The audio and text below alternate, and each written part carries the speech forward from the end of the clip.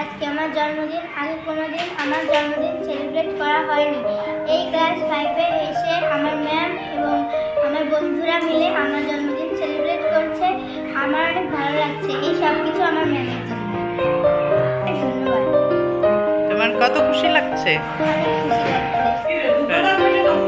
ওকে।